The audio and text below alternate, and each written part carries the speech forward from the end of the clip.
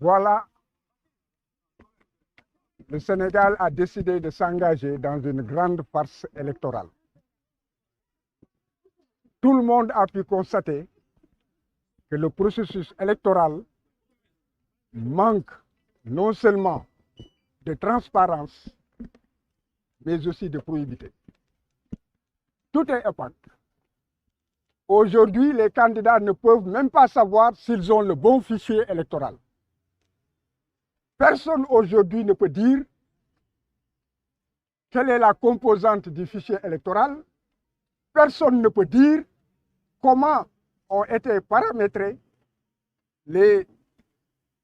clés USB qui ont été remises. Et ce qui quand même est révoltant,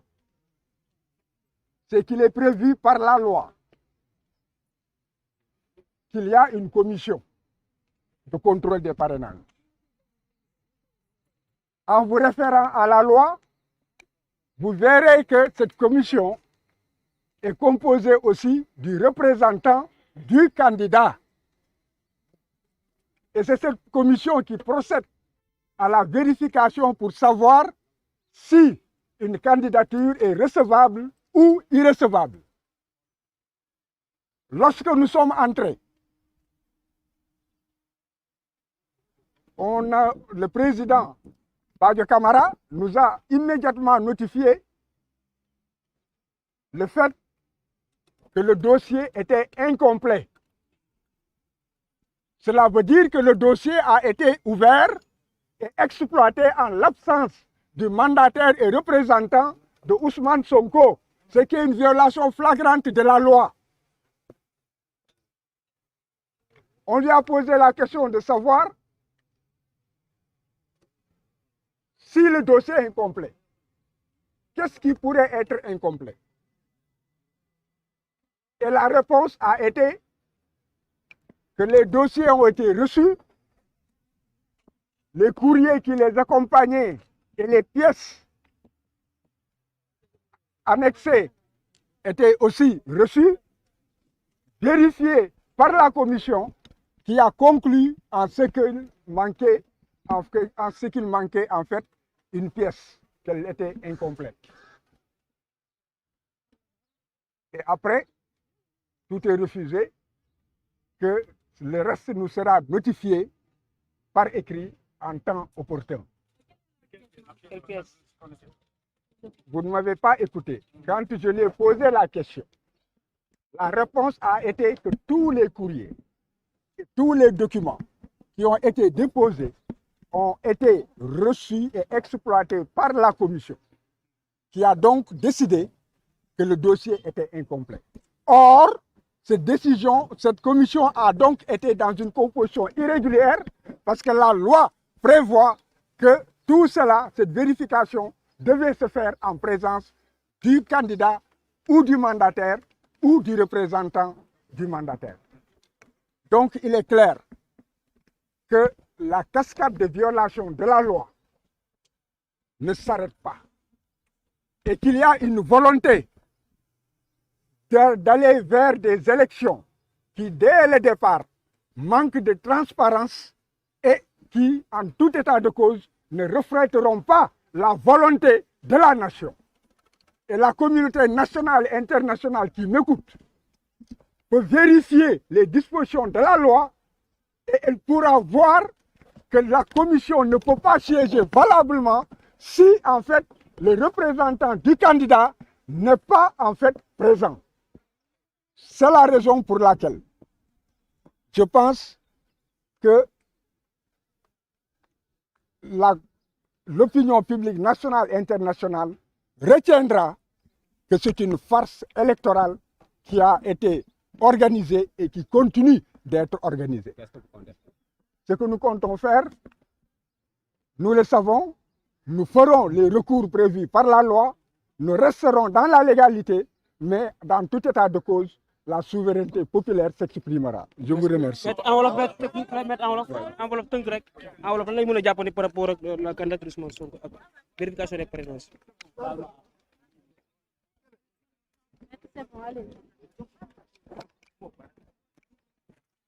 li may wax moom moo di que addina bi seede na ni que maanaam élection yu ñuy wax du ay élection ay farce la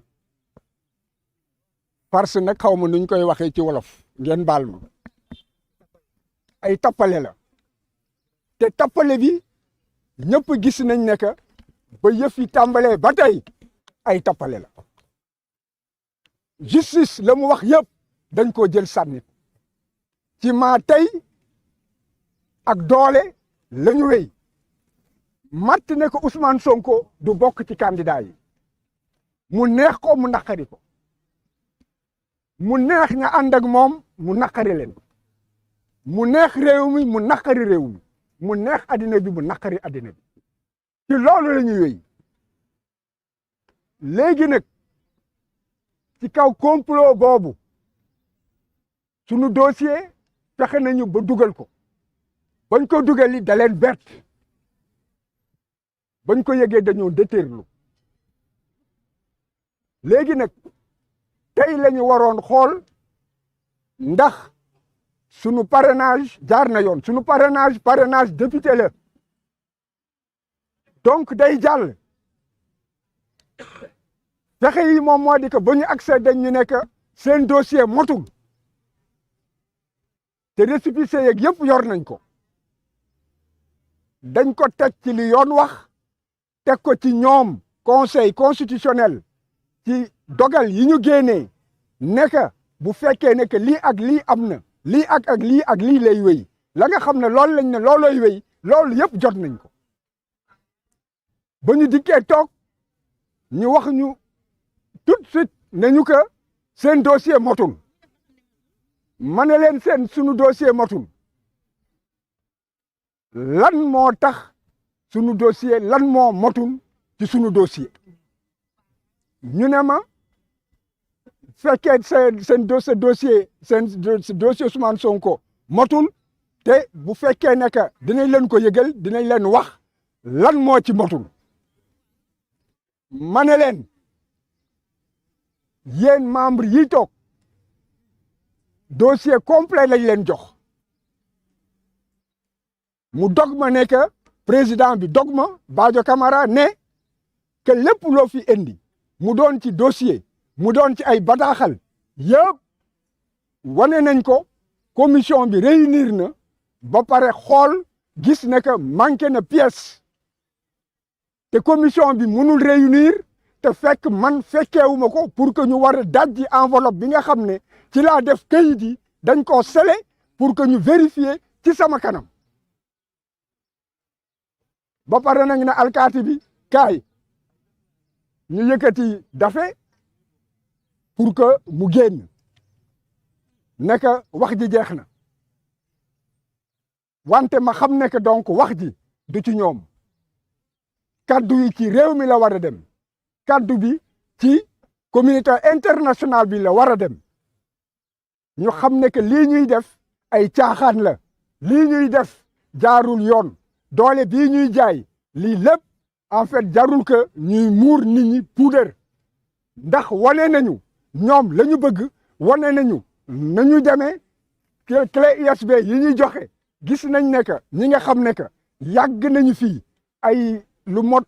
ñaar fukki at fanweeri at ñu ngi ci ay élection ñu ngi seeni nit rejeté nañ ko parce que dañu naan que clé yi kenn liiru ko clé yi kenn amul fii ko kenn mënul waat nekk clé bi ñu la jox fichier bi conseil constitutionnel yor boobu clé moom lañ la jox kenn xamul ndax fii clé yi ñu la jox virusé wuñ ko kenn xamul ndax clé bi ñu jox Boubacar Camara ak clé bi nga xam ne moom la ñu jox Aïda Mbodj que clé yi benn la alors que lépp dafa war a leer mu leer nañ mel ni seetu nit ñi xam la ñuy def xam la ñuy teg seen tànk xam lañ leen laaj ñu mën cee ñu mën cee jaar wante ba tey ji dara leerul lépp jéegoog jéego la jéego boo jéegi ñu génnee dara tegaat gàllankoor sa kaw boo fexee ba jàll ko ñu génnewaat beneen daal gàllankoor ay tappale élection la nee nañ duñ ko wax alors que la manqué sama dossier amuñu amuñu droit ubbi dossier bi te man fekkewuma ko ñu ubbi ko sama kanam. lan ngeen fas yéene def. li ñu war a def moom moo di que foog addina bi xam li xew doole ba ñuy jaay te xam ne que loolu dañ ko fas yéene continuer loolu lu am solo la. li ñu war a def moom moo di que ñun ci yoon la ñuy topp ci yoon li nga xam ne moom moo ñuul ci soow mi moom moo di que yoon fa mu ne fa la ñuy jublu pour ñaxtu ñoom kott lañ fay fekkaat wante du tere dinañ ko def na àddina seede rek nekk ci ay tappale lañ jëm jërëjëf.